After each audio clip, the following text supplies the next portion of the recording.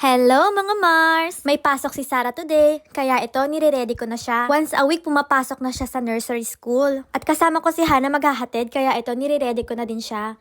Ang pasok ngayon ni Sarah ay 9 to 4. Pinapatulog din sila doon ng tanghali, kaya nilagay ko na rin yung favorite blanket ni Sarah. Hindi ko siya araw-araw pinapapasok, kasi nandito lang naman din ako sa bahay, at mas panatag ako kapag nandito lang sila. Pero gusto kasi namin magkaroon siya ng time with other kids. Ma-explore niya yung mga bagay na wala dito sa bahay, at ma-develop yung communication skills niya. Gusto nga ni Yuto araw-araw papasukin, pero para sa akin kasi habang maliit siya, gusto ko ako mag-aalaga sa kanya. Meron nga mga kaklase si Sarah, ang liliit, mga babies pa. Marami din kasing mommies na bumabalik agad sa work. Actually, gusto ko rin bumalik sa work, pero parang ayoko. Di ba ang gulo? Palabas na pala kami ng bahay. At yan si Sarah, siya na yung kusang umaakit sa baby stroller niya. Siya na rin nagsiseatbelt sa sarili niya. Lalabas na nga kami at mauubusan na kami ng oras dahil maglalakad pa kami na mga 10 to 15 minutes. Magandang exercise na rin to para sa akin. Medyo malamig nga lang sa umpisa.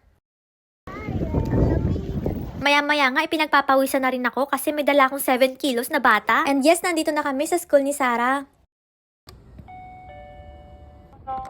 Hindi ka nga basta-basta makakapasok kasi kailangan mo muna magpakilala bago nila buksan yung gate. Pero maganda na rin yun para safe ang mga bata. Bye-bye Sarah, enjoy your day. Si Hana naman ngayon ang ilalagay ko dito sa baby stroller. Sa mga oras na nga niyan ay iniisip ko kung anong unang gagawin ko pag uwi ko sa bahay. Mabilis lang din kasi yung oras kaya gumagawa na ako ng schedule sa utak ko. Sige na mga Mars, uwi na kami. Bye-bye!